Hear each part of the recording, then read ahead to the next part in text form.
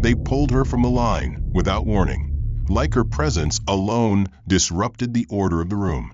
One glance at her skin, her posture, her calm. Then came the judgment. She wasn't loud. She wasn't lost.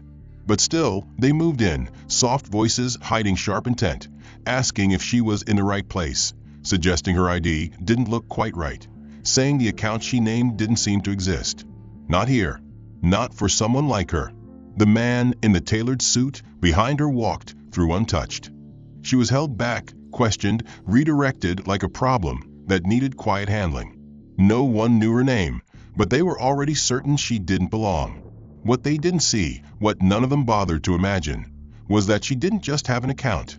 She held the keys to the very empire they worked for. And when she finally spoke, she didn't raise her voice. She raised the floor beneath them. Hit that like button, tell us where you're watching from, and drop a comment if you've ever seen power mistaken for something else. Subscribe, this story only gets louder from here. The glass doors of Callister National Bank closed behind Danica Rowan with a gentle hush, muffling the chaos of the city outside. Inside, the silence was intentional, cultivated like the lighting and scent and temperature, engineered to create the illusion of peace through wealth. Air conditioning hummed beneath the floor. The scent of lemon verbena and polished stone hung in the air, subtle but unmistakable, a signature scent of the brand. High ceilings stretched overhead with polished brass beams catching the morning light, filtering it through an expanse of skylight that cast long golden lines over the white marble floors. Everything glistened: marble counters, chrome columns, even the expressions of those who knew they belonged. Danica stood just past the threshold, rain still darkening the edges of her tailored charcoal pants. Her blazer clung faintly to her shoulders from the damp air outside. In one hand, she carried a canvas tote. It was simple, functional, not brand name. It held a slim folio, a phone, and a thermos, nothing extravagant. She adjusted the bag higher on her shoulder and walked forward, her steps silent but purposeful on the polished floors. The concierge's gaze caught her halfway across the lobby. He stood behind a podium, tall, trim, with pale eyes that took her in from head to toe like a riddle he had already solved. His expression did not shift, but his fingers twitched over the screen embedded into the counter. He looked at her as one might look at a utility contractor who had wandered into the wrong entrance. She stepped into the priority client lane, pausing politely behind the velvet rope. The man didn't speak until she was directly in front of him. "Can I help you?" he said in a tone that wasn't quite hostile, but wasn't warm either. Danica responded with quiet professionalism, stating her full name and business: an appointment with the private banking division, 3rd floor, room 3.17. She retrieved her access card from her folio and extended it. The concierge didn't take the card.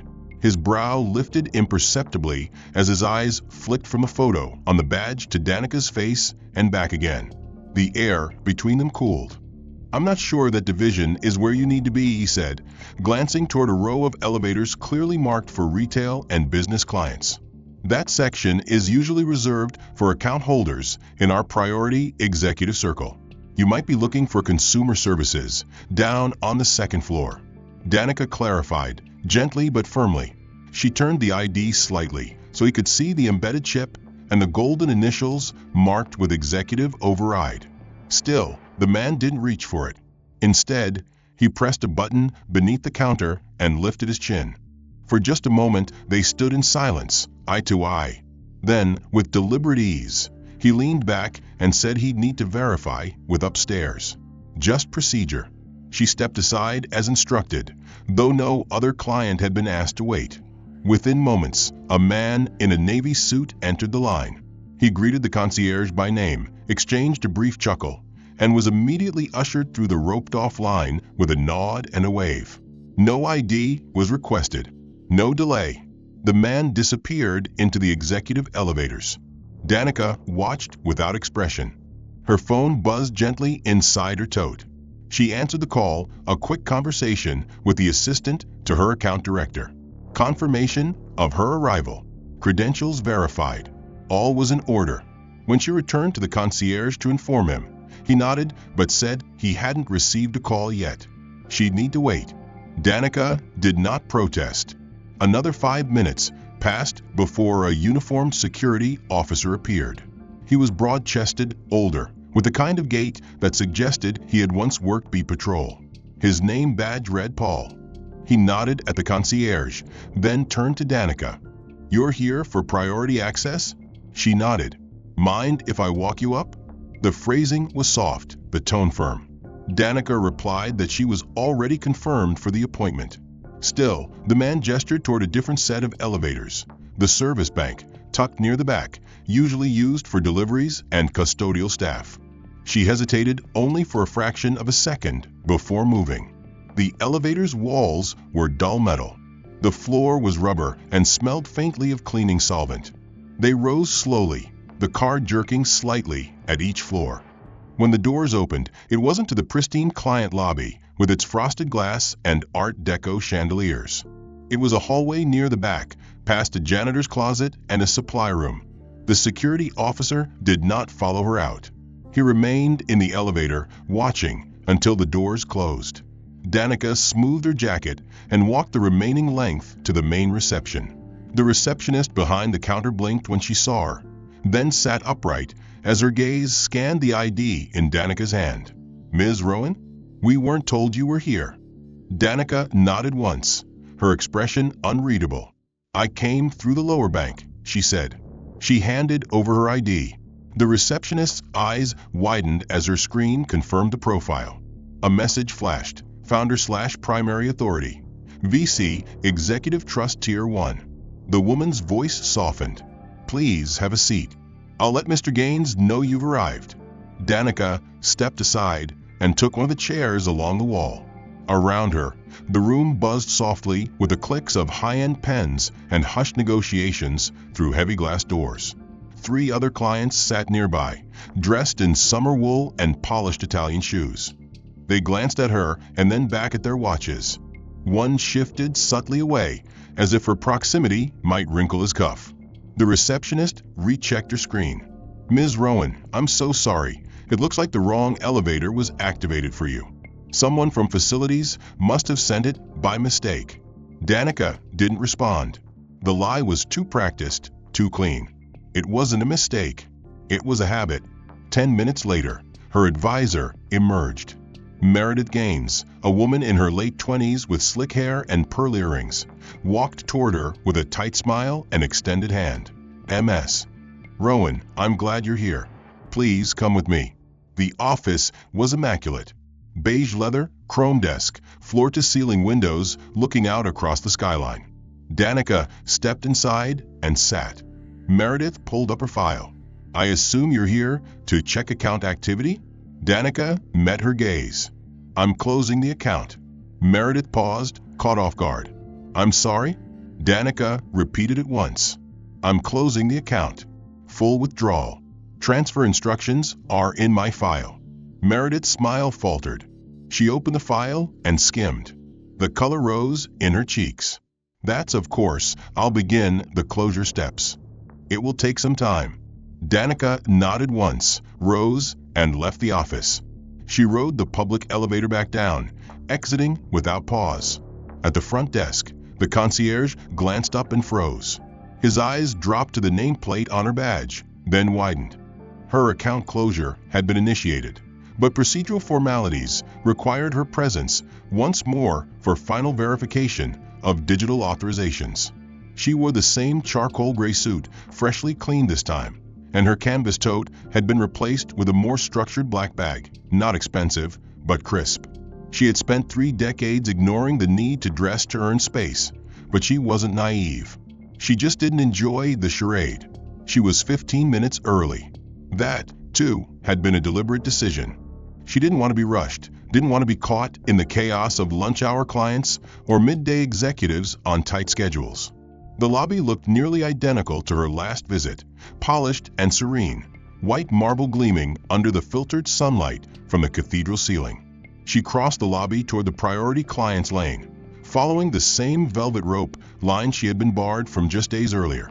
The concierge from her previous visit wasn't at the desk this time, replaced by a younger man in a slate blue suit.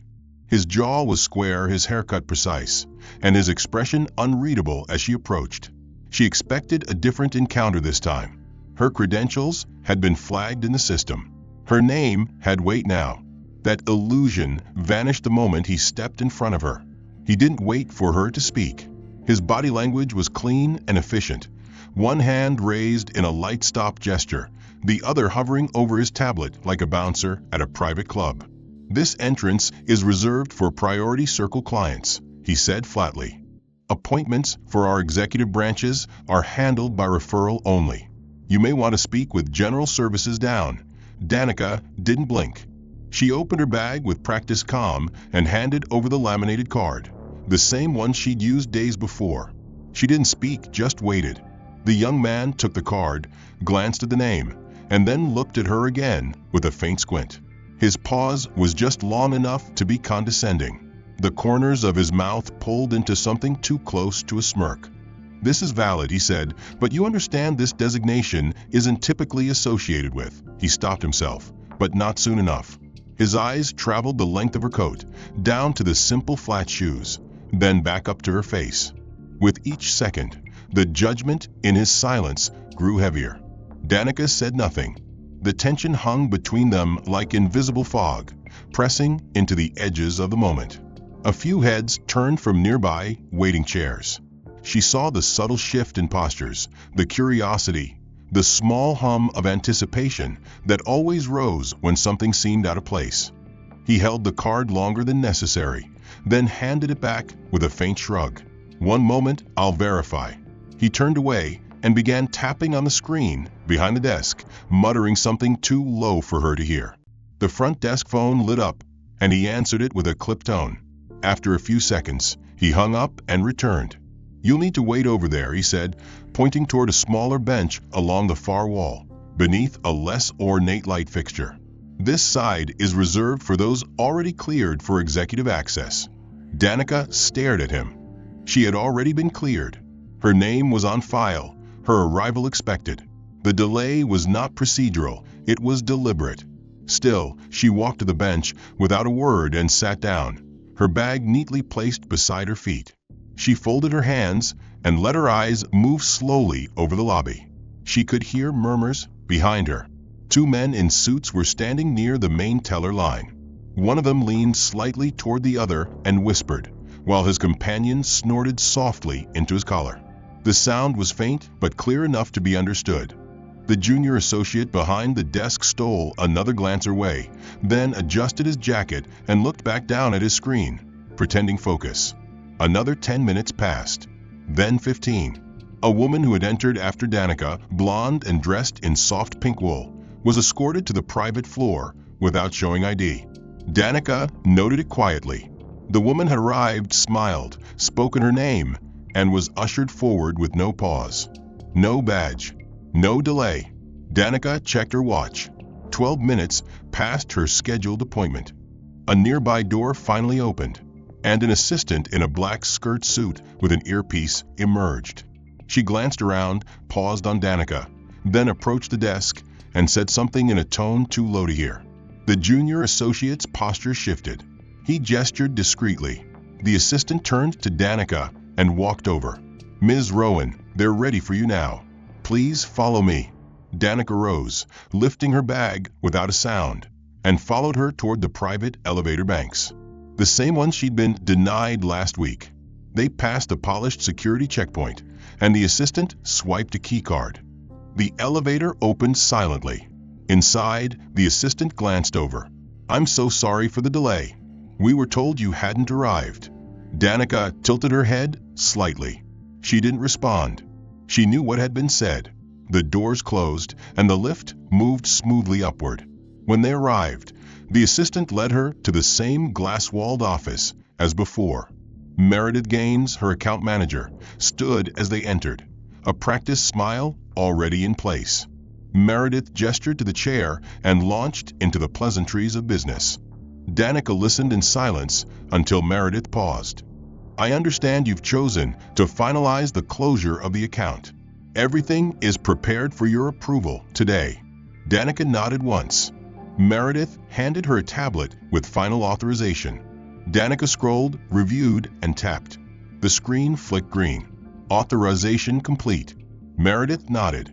Thank you, Ms. Rowan. Danica raised a hand lightly, cutting her off. She didn't want gratitude. She didn't need acknowledgement. She stood and walked out, leaving Meredith still holding the stylus. She passed the receptionist on her way out. The woman rose slightly, as if to speak, but Danica continued walking. She re-entered the elevator and descended without a sound. When the doors opened again in the main lobby, she stepped out and walked straight past the desk where the junior associate still stood. He looked up as she passed, a flicker of recognition flashing across his face. His mouth opened, perhaps to speak, but Danica didn't pause. She walked through the lobby, past the velvet ropes and the polished windows and the domed skylight, and out into the sunlit city street. It required in-person confirmation at the originating branch. She was exhausted by the familiar pattern. Each visit, each conversation, was an echo of the same silent barrier. Skepticism without basis, delay without explanation, challenge without provocation. The money was hers. The account was hers. Her identity, her authority, her presence, everything had been verified, documented, confirmed again and again. And still, each time she stepped inside those pristine glass doors, she was treated like an uninvited guest. Today, she dressed with quiet intention. A tailored black blazer, charcoal slacks pressed to crease, a dark blouse that didn't call attention, but offered no apology either. Her bag was leather this time, understated and formal, and her shoes, though plain, gleamed with polish. She walked into the building exactly 2 minutes before opening hours and waited in the atrium as employees buzzed around the edges, prepping stations, warming screens, adjusting earpieces. The concierge from her first visit was back at the front desk. Their eyes met briefly, and he looked away. No apology, no nod, just absence. When the doors officially opened, Danica moved to the priority client line. There were 3 people ahead of her, a white man in a beige summer suit, a woman in silk and gold bangles, and an older couple with matching windbreakers. All were ushered through within moments. When Danica stepped to the counter, the associate there gave her a thin-lipped smile, flicked a glance at her ID, and said someone would assist her shortly. She was directed to wait near the executive offices. She sat in one of the angular leather chairs beside a large potted tree and waited. 10 minutes passed, then 20. She watched the receptionist at the desk receive calls, redirect them, tap her earpiece, nod.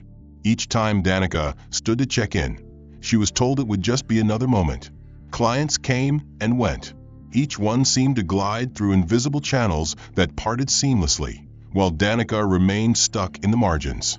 At 33 minutes past the hour, she stood and walked to the receptionist. "I'd like to speak with a floor manager," she said, her tone calm but no longer soft. The receptionist blinked and gave a practiced smile that cracked slightly at the edges. "I'll check," she said. Danica waited.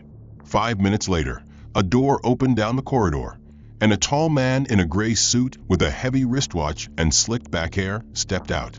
His badge read Doyle Renshaw, Floor Operations. He was speaking to someone on a headset as he walked, not looking in her direction. The receptionist motioned discreetly. Doyle turned toward Danica, eyes sweeping over her face, then her badge, then the document folder in her hand. Something flickered behind his expression, a practiced politeness that never reached conviction. "You're here about an authorization?" he asked, glancing at the folder without asking for it. Danica nodded and began to explain the delay in her transfer, citing the reference number and department contact. Doyle held up a hand. "I'll stop you right there," he said loudly, voice cutting through the soft background hum. He took the folder and turned a page quickly, then looked at the ID she handed him. Something in his posture changed. He stepped back slightly, raised his voice a little further. "This ID doesn't match our format," he said, projecting each syllable with sharp emphasis. "You said this was a confirmed account?" Danica said yes, quietly, adding that the authorization should have already been entered into the system. Doyle turned the ID toward the light, holding it up as though examining something forged. He shook his head and laughed. "You know," he said, We've had an uptick in these kinds of visits lately. Clever fakes, some better than others. But we've seen this game before." The room went still. The receptionist's fingers paused over the keyboard. One of the clients seated nearby turned his head. The woman with gold bangles froze mid-sip of coffee. Danica felt the heat rise behind her eyes, not from anger, but from the sudden sharp flash of embarrassment, the kind that stings fast and leaves a mark long after. Doyle handed the ID back as though it were contaminated. "If this is some kind of attempt to access funds under someone else's name, I strongly recommend you reconsider," he said, loud enough now that several other clients turned fully to watch. His face remained flat, but his voice dripped with performance. "We take these incidents seriously." The phrase echoed through the marble atrium. Danica swallowed the dryness in her throat. She opened the folder slowly, revealing the printed authorization forms, her initials on each page, each one stamped and barcoded. "These were sent from your own compliance division," she said. "I can provide the extension of the officer who issued them." Doyle barely looked. "Ma'am," he said, "let's not escalate. Security is just across the lobby." Danica inhaled, held it, exhaled through her nose. Her heart pounded, not from fear, not from guilt, but from that tightening rope of helplessness that came when power wasn't just denied, but mocked. She had been accused of impersonation, in front of clients, in front of staff, in front of people who would remember her not as a founder, not as a client, but as a spectacle. Doyle turned to the receptionist and made a flicking motion with his hand. "Can you check with verification again?" he said. "And alert security while you're at it, just in case." The receptionist hesitated, fingers poised above the keyboard. Danica's hands were still, but her shoulders had gone rigid. She could feel her pulse in her ears. Doyle smirked slightly, as if proud of his own diligence. Moments later, a man in a black suit with a security earpiece appeared from the far hallway. He stood nearby, but didn't approach. Danica turned, faced the receptionist, and asked again for a compliance officer. The receptionist, caught between orders and truth, finally made the call. Her voice trembled slightly. The answer came within seconds. Her eyes widened as she listened. Then her hand went to her mouth. She looked up at Doyle, then at Danica, then down again. I've got a Mr. Jacobs on the line. He says this account was verified last week, and she is the listed primary owner of the executive trust." That Doyle's smirk vanished. He took a half-step back. "Jacobs? Compliance?" He looked around as if the word itself were foreign. Danica didn't wait. She reached forward, took back her folder, lifted her badge from the counter, and turned. She didn't speak. She didn't need to. Behind her, whispers stirred again, but this time they were tinged with something sharper. Doyle Renshaw had exposed something deeper than ignorance that day. He had confirmed what she already knew lived just beneath the polished skin of institutions like Callister. Certainty that people like her did not belong in spaces they hadn't been explicitly permitted to enter. But the email that arrived the following morning pulled her back in again. An executive hold, it said. A pending inquiry on one of the accounts linked to the trust, now under final closure. The language was deliberately opaque, bureaucratic, legalistic. What it meant was something inside Callister didn't want to let go. And what that meant, Danica knew, was that someone had planted doubt. Someone had left a stain where her name used to be. And if she didn't scrub it clean herself, it would spread.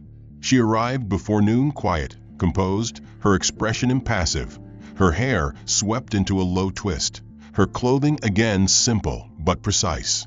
She passed through the entry doors without hesitation, her ID badge already in hand, her steps unbroken as she moved across the lobby toward the familiar desk.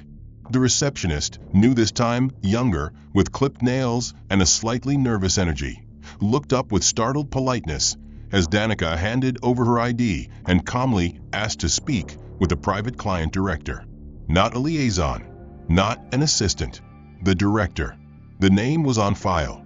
The receptionist hesitated, then tapped into her screen. After a few beats, she lifted her head and replied that Mr. Renshaw would be with her shortly. Danica's jaw stiffened at the name, but she gave a tight nod and waited.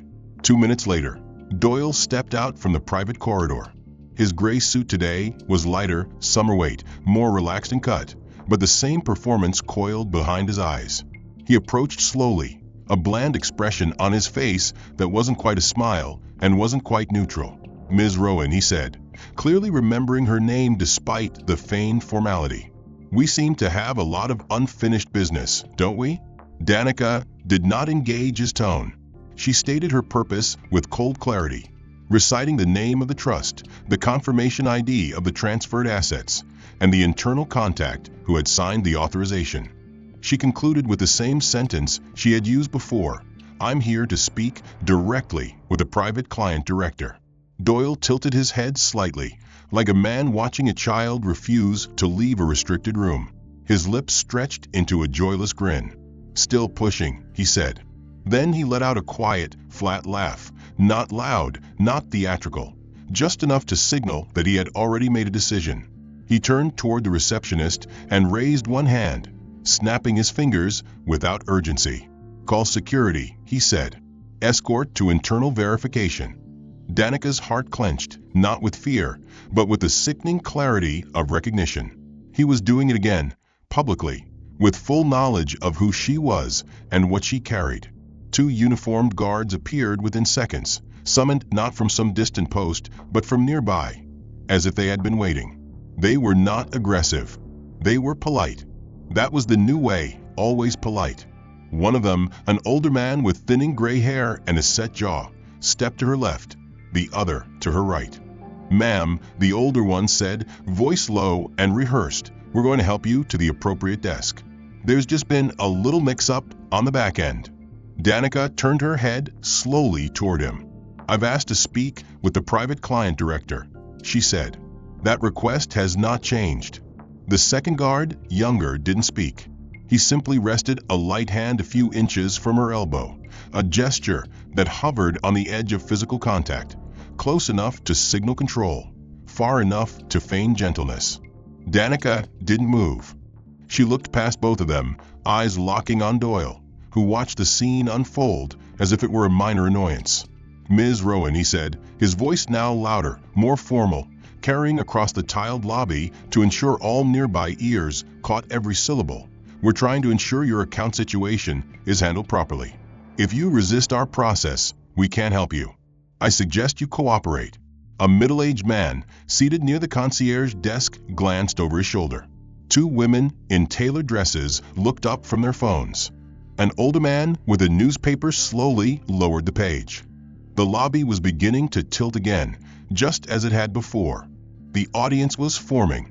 Danica felt the shift, familiar, brutal. This was how power disguised its violence, not with brutality, but with subtlety. Not with handcuffs, but with hands at the elbow. Not with threats, but with help. She nodded once, slowly, and allowed herself to be flanked. The guards did not grip her arms, but they moved in such perfect sync beside her that the illusion of freedom evaporated. She was not being led. She was being guided. They did not take her through the main hallway. They did not guide her toward the polished offices of private finance. Instead, they walked her around the far side of the building, past the concierge counter, down a short corridor lined with framed awards and donor plaques. At the end of a hallway stood an unlabeled door. The older guard swiped a badge. The door buzzed open. Inside was not a conference room. It was a windowless space with 2 chairs, 1 metal desk, and fluorescent lights that buzzed faintly in the ceiling. There were no computers, no refreshments, no art, no staff. "Please have a seat," the younger guard said. "Someone will be with you shortly." Danica looked at the room, looked at the men, then stepped inside. She took a seat, her back straight, her hands folded neatly on the edge of the table. The door clicked shut behind her. The sound was not loud. It didn't need to be. It was final. The room smelled faintly of paper and ammonia.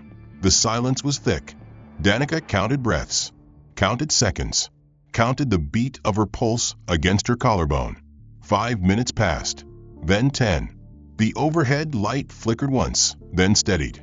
There was no clock, No mirror. No visible camera, though she knew better than to assume she wasn't being watched. This wasn't a verification room. It was an office. It was a holding space, just respectable enough to avoid lawsuits, just forgettable enough to never be documented in marketing brochures. It was isolation dressed as protocol, containment as courtesy. At minute 17, the door opened. A woman entered in a navy blue suit, clipboard in hand. No name badge. She didn't sit. She glanced once at Danica, then at the ID resting on the table. Without lifting it, she said calmly, "We're still working on confirming the identity match for the transfer trust. Your name appears on multiple accounts, and until we clarify your role, we're unable to proceed." Danica stared at her. "My role," she said. "I founded the trust." The woman didn't react. "We'll review that," she said, then turned and left. The door shut again, and the lock engaged with a soft mechanical snick. Danica sat unmoving for another 24 minutes. No update, no return, no explanation, just the stale air, the buzzing light, and the distant sound of nothing at all. She was not detained, but she was not free. She was not accused, but she was not trusted. She was not removed, but she was not welcome. When the door finally opened again, it was not the woman who returned, nor Doyle, nor a compliance officer. It was the younger guard who stepped in and said, "We've confirmed your clearance. You'll be escorted back to the client floor now." Danica rose slowly. She followed him without speaking. The older one stepped forward first and said calmly that she would be returned to the executive floor, that things had been cleared, that there was no further issue at this time. Danica didn't speak. She stood without sound, lifted her bag from the table, and adjusted the strap onto her shoulder. She wasn't surprised. This was the process: create discomfort, then dissolve it without acknowledgement. It was not about resolving a situation. It was about placing her in a lesser space, then offering the illusion of generosity by letting her out. The younger guard gestured for her to move ahead of them. As she stepped into the corridor, the air felt colder, more hollow, like the sound had been stripped from the walls themselves. There were no footsteps echoing, just the low hum of overhead lighting and the mechanical breath of the building's hidden systems. The hallway she was led down was unfamiliar. Not the open main thoroughfare lined with frosted glass offices and fresh orchids in brass pots, but a service corridor, tight and sterile, marked by laminated safety signage and security badge checkpoints. The polished veneer of Callister's public space gave way here to its unvarnished machinery. Industrial lighting buzzed above, and the scent of copier toner and cleaning products hung faintly in the air. Danica walked steadily, her posture firm, her gaze locked ahead, determined not to show the weight pressing into her chest. She didn't want the guards to sense her exhaustion. She didn't want them to know the ache in her back from sitting so long in that metal chair. She didn't want them to know she felt the sting of shame, even if she hadn't earned it. When they reached the next turn, the older guard placed a hand lightly on her elbow. "Ma'am, I need to check your bag," he said without emotion. "It's routine. Just a quick check to make sure no devices were removed from that room." Danica froze for half a second, then unhooked the strap and passed it over. She knew the rules. She also knew the line between protocol and intrusion was thin, and men like this walked it with ease. The younger guard unzipped the tote with a bit more eagerness than was necessary. He reached inside, sifting through with gloved hands, and pulled out the contents one by one. A protein bar slightly crushed, a paperback novel with folded corners and a cracked spine, a black notebook with a worn leather cover, its binding faded from use, a pen case, a soft cloth pouch containing chargers, a set of laminated business cards clipped together with a binder clip. As he withdrew the notebook, he fumbled it. It slipped from his hand, bounced once off the toe of his boot, and spilled open across the tiled floor. Several handwritten pages fluttered out, sliding several feet down the hallway like wind-blown leaves. Danica's stomach sank as she instinctively knelt to retrieve them. One guard stepped back, not bothering to help. The other bent slightly, but not far enough to reach anything. As she gathered the pages, her eyes caught a movement, a figure stepping out from a hallway to the left, a man in a fitted navy suit holding a tablet in one hand, stylus in the other. He paused as he saw her kneeling, papers scattered around her, guards standing nearby. His mouth twitched into a grin. As he walked past, his voice dropped to a murmur, barely audible. "Rough week in paradise? Maybe the next bank will believe you." Danica didn't lift her head. She simply finished collecting the last page, pressed the spine of the notebook closed, and stood. The guard zipped the bag and handed it back without eye contact. No apology, no acknowledgement, just mechanical duty. She hooked the strap over her shoulder, adjusted the weight, and continued walking. As they approached the door that led back into the executive wing, Danica could already hear the ambient difference. The return of smooth jazz, the whisper of quiet conversations, the clink of glassware in the guest refreshment area.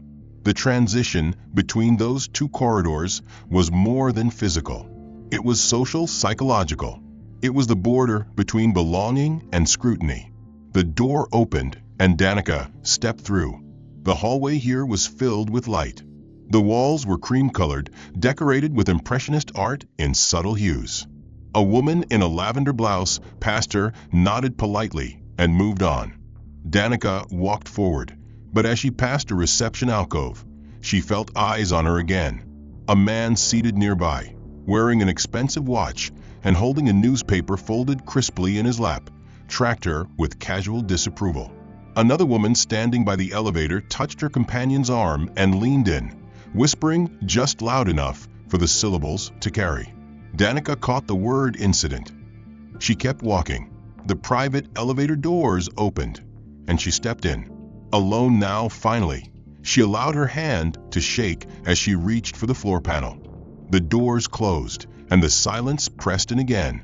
She leaned her head lightly against the wall, just for a moment, to let the air cool the heat still burning behind her ears. In her mind, she tried to count how many times it had happened. Not just here, not just this week, but over the years. How many rooms she'd entered with credentials in hand only to be doubted. How many tables she'd sat at where her voice had to earn the right to be heard, even after the contract was signed. How many guards had searched her bag. How many times she'd been mistaken for the assistant, the applicant, the caterer, the threat. She had built her career piece by piece, climbing without shortcuts, scaling walls that shifted each time she found a foothold. She had earned every line on her resume. She had signed every line on those closing documents. She had made her name visible in the executive registry of Callister National Bank. And still she knelt in a corridor, her notes scattered at the feet of men who didn't know her story and didn't care to ask. The elevator chimed, and the doors opened. She stepped out onto the client floor, where no one met her. No assistant, no manager, just silence. She walked to the reception desk. The woman there knew again, smiled professionally, and asked if she could help. Danica replied that she had been cleared, that the compliance hold had been lifted, that she was here for final confirmation. The receptionist checked, nodded, and motioned to a chair. She had been questioned before, ignored, undermined, and politely excluded in ways designed to look unintentional, but executed with perfect precision. Still, something about the last hour sat heavy in her chest as she followed the guard back into the polished heart of Callister National Bank's executive floor. The unspoken glances, the whispered jokes, the guards who searched her without cause, all of it had grown roots inside her, winding around the years she had worked to build a name solid enough to hold space in places like this. It didn't matter how quietly she walked, how respectfully she spoke, how complete her documentation remained. In their eyes, she kept arriving unannounced, no matter how many times she signed in. But this time, as she stepped from the corridor shame into the quiet luxury of the private finance division, she no longer expected efficiency or fairness. She braced for something worse. The receptionist motioned to a smaller hallway off to the side of the main guest area, explaining that a verification officer would be meeting with her privately due to some lingering issues with the account authorization. Danica said nothing. She followed. The hallway led her not to the usual offices with glass doors and floor-to-ceiling views, but to a narrow passage behind the client wing. The carpet changed beneath her feet, from plush to flat weave. The lighting turned slightly harsher. She recognized the markers. This was where internal interviews happened, where people were ushered when they didn't belong but couldn't yet be dismissed. The assistant opened a door on the left and gestured inside. Danica stepped in and paused. The room was smaller than the windowless room she'd sat in earlier. It had once been a utility closet or storage space, maybe repurposed in haste. A single metal chair sat beside a bolted table. Across the room, against a scuffed beige wall, was a rust-stained sink with a dripping faucet and a buzzing air vent overhead that sounded like it had been neglected for years. The air smelled like damp paper and something sterile, something chemical, too faint to place, but too sharp to ignore. On the table sat a manila folder, blank, unmarked. The assistant said someone would be with her shortly and closed the door. She heard the latch click, but not lock. Danica placed her bag beneath the table, smoothed her coat, and sat. The chair legs scraped lightly against the floor. She adjusted her posture, crossing her ankles, placing her hands flat on the table's edge. The minutes passed slowly. The air from the vent pushed down in uneven drafts, occasionally sputtering as though something was caught in its fan. She glanced at the sink and noticed the reddish-brown arc near the drain, a long stain like the edge of something corrosive that had gone untouched. Time passed. Then the door opened. A woman entered, early 50s, with narrow glasses and a clipboard. Her suit was dark navy and plain. Her ID badge was flipped backward. She didn't offer a name. She stepped in, nodded slightly, and then held out her hand. "Your coat, please." Danica looked at her. "For what purpose?" "Routine inspection," the woman said. Her voice was flat, practiced. "We need to confirm that nothing was removed or altered during the account's administrative pause." Danica hesitated, then stood and shrugged out of the coat. She placed it over the back of a chair and returned to her seat. The woman collected it without thanks and stepped out again, leaving Danica in a room now cold enough to feel in her arms. She sat and waited.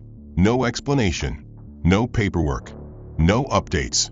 Just the low buzz of the vent and the slow, continuous dripping of the faucet. She didn't know how long it was. Her watch was under the coat. Her phone had been surrendered to the guard earlier, still somewhere behind a locked drawer or desk. She stared at the blank manila folder, tempted to open it just to see if anything inside bore her name. She didn't move. She wouldn't give them the satisfaction of impatience. Still, inside her mind, the pressure built. She thought of the trust she had built from the ground up, capitalized through years of silent grinding, meetings at dawn, investments she researched herself, partnerships she vetted personally. She thought of the clients she had helped, the scholarship fund named for her grandmother, the hundreds of hours she'd spent crafting compliance strategies to satisfy the very types of officers who now kept her waiting in a room without windows or heat. She thought of a coat, searched as if it might contain theft. She thought of the man in the hallway whose voice had carried words like poison slipped under a smile. Next bank. As if she would keep looking for places to accept her, not create them. As if her value could be revoked by one bad day, or 3, or 10. The door opened again. The same woman stepped in, placed the coat on the back of a chair without meeting her eye, and turned to leave. Danica stood. "I'd like to speak with Mr. Halvorson." Her voice was clear. "The private client director," she added. The woman hesitated, then said, "I'll check." She left. Danica sat again. Another 10 minutes passed. The vent above her began to rattle louder. The rust-colored ring around the sink seemed to pulse slightly under the harsh light. She began to feel the cold in her wrists, the kind of cold that sets in when stillness is imposed and dignity has been left at the door. Eventually, the door opened one final time. A different woman entered, younger, with a tablet in one hand. She smiled tightly and said, "We've completed your clearance, MS. Rowan, you're free to go." Free, Danica thought, as if she'd been detained. She nodded, rose, pulled her coat over her shoulders, and reached for her bag. The tablet woman stepped aside, letting her exit without another word. As Danica stepped into the hallway, the noise of the normal world returned. The clack of heels, the murmur of keyboards, the low rustle of wealth being managed. But her world hadn't resumed. She walked without looking left or right, heading toward the elevator, her pulse steady, her grip on the strap of her bag tight enough to turn her knuckles pale. As she stepped out onto the executive compliance floor, she felt the residue of the isolation room still clinging to her skin. Not just the chill from her delayed coat return, but the psychological imprint of waiting beneath buzzing fluorescent lights with no clock, no acknowledgement, and no answers.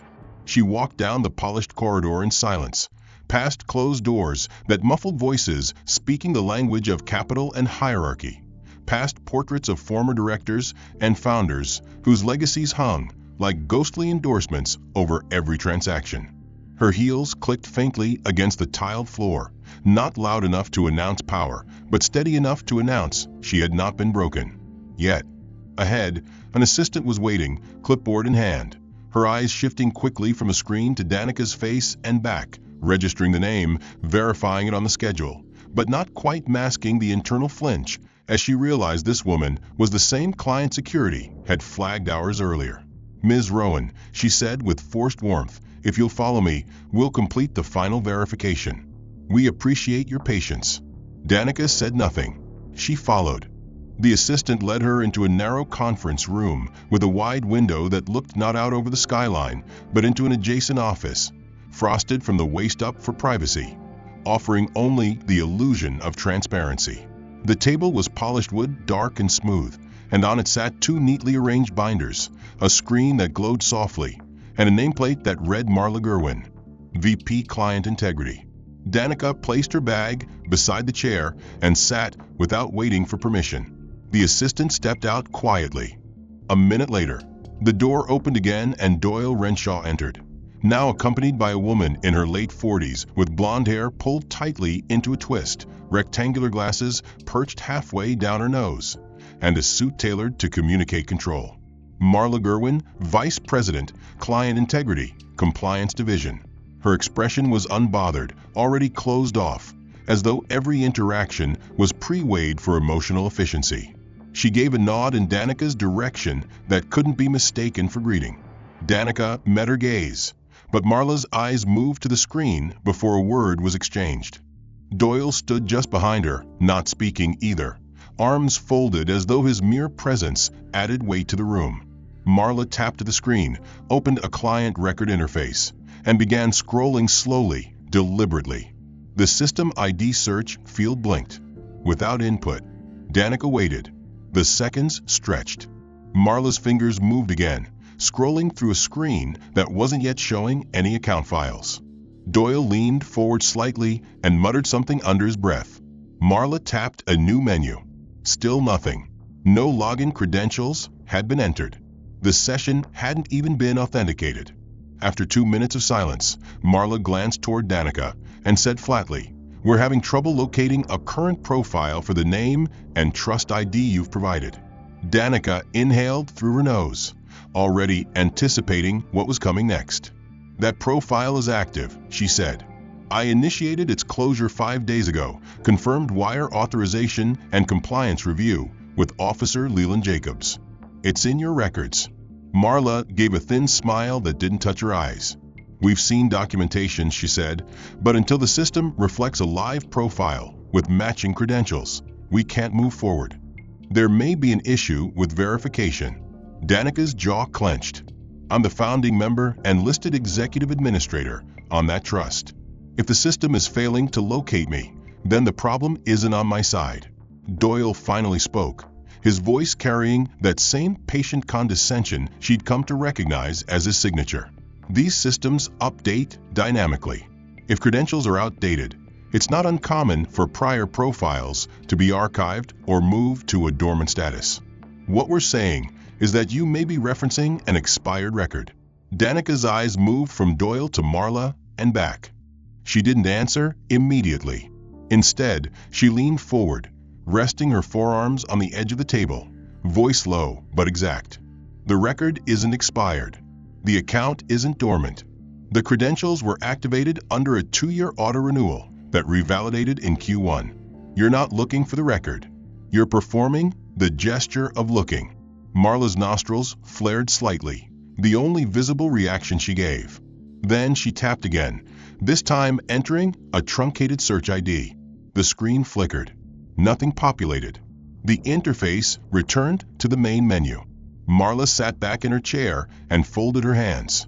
Until that record populates through the system using valid credentials, we can't confirm your connection to the trust. There's no active match on your executive profile.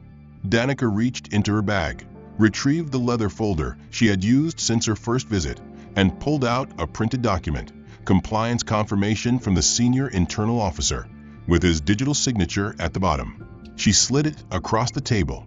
Marla didn't reach for it. Danica waited, unmoving. After a long silence, Doyle gave a small shrug and said, "This document could have been taken from a prior transaction or altered. You understand we can't process based on physical documents alone." Danica's heart pounded, but she didn't let it rise to her face. Her voice remained level. "If you're suggesting fraud, say it. Otherwise, input the proper authentication key. You're intentionally delaying." Marla didn't blink. "We're exercising caution," she said, "as is appropriate when there's ambiguity." Danica stood slowly. Her chair didn't screech, didn't thud. She picked up her bag, tucked the document back into the folder, and looked down at the two of them with a stillness that had nothing to do with politeness. "The only ambiguity here is whether your inaction is negligence or misconduct. I'll clarify that shortly." Doyle opened his mouth to respond, but Danica was already at the door. As she stepped out into the hallway, she heard Marla mutter something. Low and sharp, a note of irritation. Danica didn't turn back. She walked through the corridor, past the open offices, past a junior assistant who looked up and then down quickly, as though caught doing something she shouldn't. Danica kept walking, past the elevators, past the call booths, past the conference room where she had once been offered cucumber water in a crystal glass and addressed by title before her name. None of that mattered now. The bank had stripped her of decorum. They had questioned her credentials, ignored her documentation, fabricated the appearance of compliance while denying her the most basic verification. They had implied that she was no longer valid. But what they had not taken into account, what Doyle and Marla had failed to realize, was that Danica had long since stopped hoping for their approval. She had only ever come here to end something. And now she would. Her coat still hung in the back room, forgotten or withheld, but she did not turn back for it. Her blouse, once smooth, now bore a faint wrinkle down one arm, and her hair, pinned meticulously hours earlier, had loosened slightly at the temple. She didn't fix it. She didn't smooth her sleeves or straighten the bag strap digging into her shoulder. She simply walked, past the private corridors, past the suites labeled with platinum placards, past the receptionists who turned their eyes away out of habit or discomfort, toward the central atrium where Callister National Bank's heartbeat thudded beneath a manufactured calm. The marble beneath her feet gleamed like a mirror, throwing back her silhouette in soft silver. Her reflection was not composed. It was sharpened, not cold, resolute.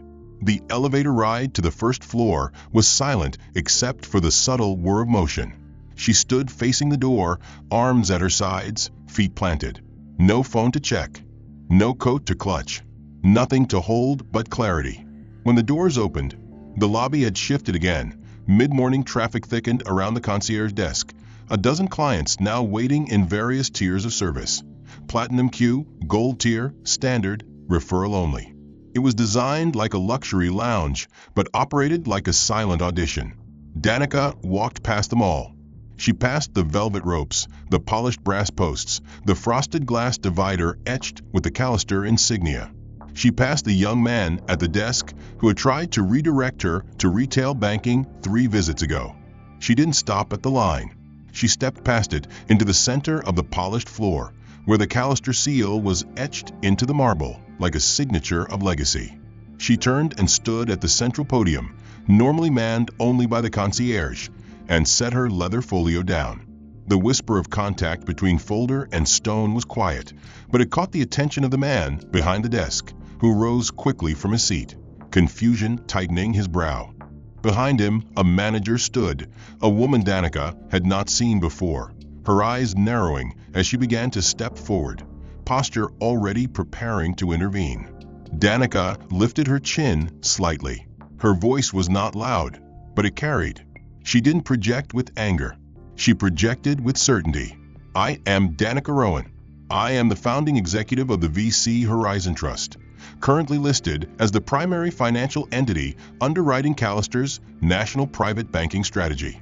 I am the final signatory on a $2.3 billion liquidity pool housed across multiple domestic tiers, with equity leverage instruments distributed over 3 investment arms, each with compliance audits originating from this building.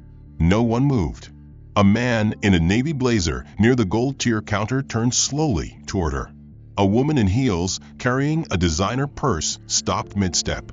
One of the tellers behind the premium glass quietly reached for the mute switch on her call. Danica continued, I am the executive signatory for the charter that authorized this institution's Q1 portfolio expansion. My credentials are not expired.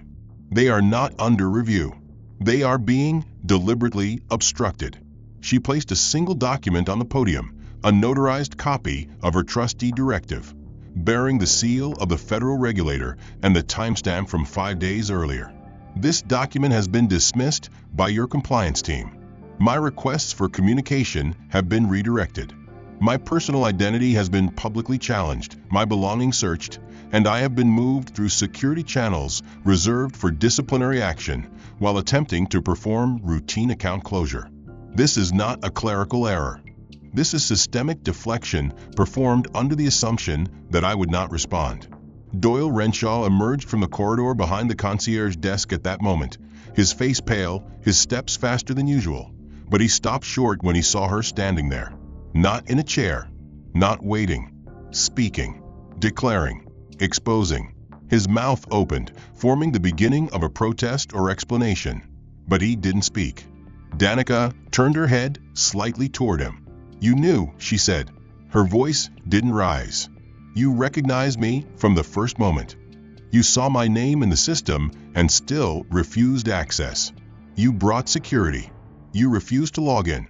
Behind her, the assistant who had escorted her earlier into the corridor began to approach, tablet in hand. But she paused midway as the silence in the lobby grew heavier. Danica continued. To every executive on this floor, every associate watching this moment, understand that this is not about delay. This is not about compliance. This is about how institutions treat power when they don't like the face that holds it. Her voice echoed against the marble, against the vaulted ceiling and the wide glass walls. And now the clients were truly watching. Not glancing, watching. A man pulled out a chair in the lounge area and slowly sat, eyes locked on her. A woman in a suit turned away from the refreshment station and crossed her arms. Danica didn't shout. She didn't beg. She stood on the bank seal, arms still, back straight, her notebook beside her. The truth laid out in tone and presence. If any of you question my right to speak here, I encourage you to contact your own board of oversight. They report to me. Her words were not metaphorical. They were literal. She had not come to threaten. She had come to remind. Behind the concierge, the desk assistant's hand hovered over a landline phone, unsure whether to call upstairs or down. No one moved. For a full 20 seconds, the bank stood still. Then a tall man in a charcoal suit stepped forward from the far hallway. He walked slowly, eyes on her, and as he reached the podium, he extended a hand, not an interruption, but an acknowledgement. Ms. Rowan, he said, voice calm but strained. I'm Victor Halvorsen, Private Client Director. Please come with me. Let's speak privately. Danica didn't answer. She looked at him, then past him, her eyes resting on the assistant still holding the tablet, on Doyle who had not taken a step further, on the silent staff frozen by the weight of a truth that had just become undeniable. The spell of power that Callister had spent years manufacturing through luxury, exclusivity, and architecture no longer cloaked its intentions. Now the building stood naked, a series of choices made visible, every polished surface reflecting not elegance, but exclusion. As they moved through the halls, Halvorsen walked 2 steps ahead, posture tight, voice low when he finally spoke, offering apologies so carefully worded they meant nothing at all. He used phrases like miscommunication and system latency and procedural mishandling, each one chosen to evade responsibility and preserve decorum. But Danica let them fall like dead leaves to the carpet. She didn't need words. She needed results. By the time they reached his office, a glass-walled corner suite overlooking the main plaza, she didn't sit. She stood across from him as he positioned himself behind the desk, his fingers fumbling at first as he tapped into the executive network. "I've escalated a full override," he said without looking at her. "Compliance is initiating a priority review. Your directives are being reinstated." The hold was never formally authorized. It seems that Danica raised a hand, stopping him without speaking. Her eyes locked onto his. "I want names," she said. "Internal decisions like this don't happen without active participation. I want every touch point." Halvorsen nodded, now visibly sweating beneath his crisp collar. He pulled up the access logs. The screen blinked. He turned it slightly so she could see. Doyle Renshaw, Marla Gerwin. Internal verification flag filed under discretionary review, status informal. No approval from senior compliance. The flag had been manually initiated using an outdated protocol tag, reserved for potential impersonation or misinformation. It had not been reviewed. It had not been checked. It had been designed to stall. She leaned forward slightly, eyes narrowing. "Who authorized the discretionary flag?" Halvorsen hesitated. "No one," he admitted. "It was placed into the system without timestamp validation. Marla must have used legacy access." Danica stepped back. Her mind calculated not just the humiliation, but the method of it. She had been walked in circles by people who didn't need to believe she was wrong. They only needed her to leave. But she hadn't, and now she wouldn't. Within minutes, her directives were formally reinstated. Her authorizations re-verified. A correction email was sent to the compliance chain, marked urgent, copied to legal, HR, and internal audit. She didn't dictate the language. She simply watched them scramble to do what should have been done from the beginning. The bank's operating core now moved in panicked efficiency. What had once taken hours now took minutes. What had once required forms and calls and escalations now unfolded with the speed of fear. She left Halvorsen's office without a farewell, returned to the elevator, and rode back down to the main floor. There, she did not turn toward the concierge desk. She turned left, toward administration. By now, the central system had rippled with her reinstated authority. Security personnel, who had once guided her through side corridors, now stepped back as she passed. No eye contact, no words, just stillness. In the administration wing, she entered the HR compliance office and requested a full report on discretionary hold usage by all mid-level executives for the previous quarter. She cited legal authority embedded in her role as executive trust owner. The clerk hesitated for less than 5 seconds before opening the file. The screen revealed only 2 active discretionary hold instances. Both traced to Doyle Renshaw. Both matched her profile timestamp. Within the hour, Doyle Renshaw was summoned. He entered the office expecting a meeting. He exited with a cardboard box containing everything that had once decorated his glass desk. The framed photo, the pen set, the branded tablet. His badge deactivated before he reached the stairwell. A quiet escort followed him past the very desk where he had once ordered her removed. No scene was made. That was never Callister's way. But eyes followed. Whispers trailed him like shadows. Some of them didn't know what he'd done. Many of them did. Upstairs, in the private offices, Marla Gerwin was pulled into legal compliance and presented with the access logs. Her account was stripped of internal clearance. All executive privileges paused pending review. Her name appeared in an internal memo marked critical, routed through the oversight committee with a flag for procedural malpractice. When she emerged from the meeting hours later, her expression had changed.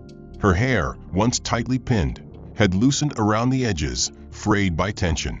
She didn't speak to anyone. She passed the receptionist and walked out without looking back. The guards, professional, courteous, and ultimately responsible for obeying rather than questioning, were not spared. A formal complaint was filed for procedural violation. Their names were tagged with internal notes recommending reassignment. Within the next week, both would find themselves relocated to remote regional branches, far from the central office, placed on probationary review schedules. It wasn't public punishment. It was quiet redirection, the kind of consequence Callister specialized in. But it was still consequence. The assistant who had stood silently during Danica's detainment in the corridor was re-educated under the bank's Diversity and Equity Compliance Initiative. A mandatory program, previously optional, was updated in the system as a quarterly requirement for all front-facing staff. A memo was distributed, carefully worded, citing the importance of recognizing executive diversity and the risk of reputational harm from internal assumptions. Danica didn't write the memo. She didn't need to. Her presence had written it. Her silence had signed it. The institutional memory of the bank would not forget this event, not because they had chosen to remember it, but because their survival required it. Later that evening, Danica stood in her office downtown, the city skyline unfolding through floor-to-ceiling windows. Her assistant entered quietly, placed the Callister summary on her desk, and left without a word. She opened the folder, read the dismissal confirmation, the reassignment notices, the correction reports. Then she closed it. She didn't smile. She didn't celebrate. She simply looked out across the city and let the weight of what had happened settle into clarity. This wasn't revenge. It was recognition. She had not humiliated them. In the weeks that followed the unraveling inside Callister National Bank, silence replaced spectacle. There was no press release, no admission of wrongdoing, no grand public apology to Danica Rowan or acknowledgement of the systemic conduct that had pushed her through a gauntlet of degradation inside the institution she had helped fortify from the outside. But that silence wasn't emptiness, it was movement. Quiet, inconvenient, necessary movement. The ripples from her final stand at the center of the lobby continued outward, unseen by the public, but deeply felt within the walls where discretion was currency. Callister had changed, not in its branding, not in its lighting or marble or scripted greetings, but in its behavior. Not because it wanted to, because it had no choice. Within 1 month of her confrontation, the bank's executive board had initiated internal policy revisions that introduced mandatory oversight on discretionary client holds, diversity-bias training for all senior leadership, and the appointment of an external ethics committee with quarterly reporting power. These were not gestures. They were safeguards. Danica had not demanded these changes in a meeting. She had demanded them by existing, by refusing to disappear. But this story did not end at Callister. It extended to those whose choices had written its darker chapters. Doyle Renshaw's new position came not with glass doors or a skyline view, but with fluorescent light bulbs that buzzed slightly and an aging desk beside a single potted fern in a community branch 2 states away. His nameplate no longer bore a title, just his name. He sat in a chair with a torn cushion, logged into a shared system with no administrative override, and greeted a clientele that didn't arrive in silk ties or Italian leather. They came with questions about mortgage assistance and student loan deferments, about checking fees and late payments. The power he once wielded like a barrier was gone, and in its absence grew something slower, something he hadn't expected. The first time a black woman entered the branch, mid-50s, holding a stack of documents and glancing around with clear hesitation, Doyle felt the familiar flicker of assumption rise in his chest. It was instinctual, unconscious, the residue of years spent steeped in institutional coding. He stood, opened his mouth to speak, ready to redirect her elsewhere, until something halted him. A memory. The image of a woman standing calmly beneath the skylight, declaring her authority, while his hands gripped his own consequences. His posture changed. He closed his mouth. He stepped around the counter and pulled out a chair. He said, "Let me help you with that." It wasn't a grand gesture. It wasn't redemption, but it was the beginning of something else. Marla Gerwin's story unfolded differently. Her executive clearance was never reinstated. She did not fight for her title. She didn't email the board or threaten legal action. She left Callister within 3 weeks of a compliance review, citing personal reasons and declining an exit interview. She didn't return to private banking. Instead, she returned to the town where she'd grown up, a suburb outside St. Louis, and joined a volunteer program run by a local nonprofit. Once a week, every Saturday, she sat in a folding chair at the back of a high school library and helped students fill out FAFSA forms, scholarship applications, and early investment plans. She didn't talk about her previous title. She didn't bring up the bank. She listened. She took questions. She explained terms slowly. And when asked why she knew so much about interest rates and portfolio limits, she only smiled and said, "I used to work in finance." The truth was that she hadn't simply changed jobs. Something inside her had split the day Danica Rowan stood in the lobby and said nothing loud enough to be heard across an entire institution. It wasn't guilt that moved her. It was recognition, the kind that can't be ignored once it settles into your bones. Elsewhere, in conference rooms where compliance rules were written, Danica's name continued to appear, not in headlines, but in footnotes, as a case reference, as a caution, as a recalibration. She didn't need her face on the brochure. She didn't need a plaque. What she needed had already happened. She had proven that presence mattered more than permission, that power didn't always come with raised voices or raised fists, that sometimes the most radical thing a woman can do is stand still while the institution around her crumbles under the weight of its own indifference. Her foundation grew in the months after, not just in numbers, but in reach. She opened an education fund for future financial leaders, focused on first-generation students and underserved demographics. She expanded her trust's mentorship arm. She funded a research initiative to study economic exclusion in modern banking infrastructure. And she never stopped showing up. She walked into every room with the same posture, the same silence, the same notebook. And each time, someone else saw her and understood they could remain seated no longer. The woman who had once been mistaken for an intruder now cast a shadow long enough to change the shape of the room. The guards who had touched her elbow without invitation. The managers who had laughed in disbelief. The assistants who had stood by in quiet complicity. Each of them now carried the weight of that history differently. Not all with remorse, not all with insight, but with memory. And memory, Danica knew, was where transformation begins. Not in punishment, but in awareness. Not in endings, but in redirections. What she left behind in Callister was not shame. It was a mirror, one they would walk past every day, one they would try not to see. But in time, they would look. And when they did, they would remember the day the lobby stopped, not because someone shouted, but because someone refused to vanish. The end. If this story moved you, inspired you, or made you think, let us know. Drop a comment and share where you're watching from. What did you think of Danica's journey? Which moment hit the hardest? We'd love to hear your thoughts on the plot, the characters, and the message behind the silence that spoke louder than anything else. If you're drawn to stories of justice, resilience, and real transformation, consider subscribing. More powerful narratives are on the way, each one crafted to challenge, captivate, and stay with you long after the final word. Now it's your turn. What would you have done in Danica's place?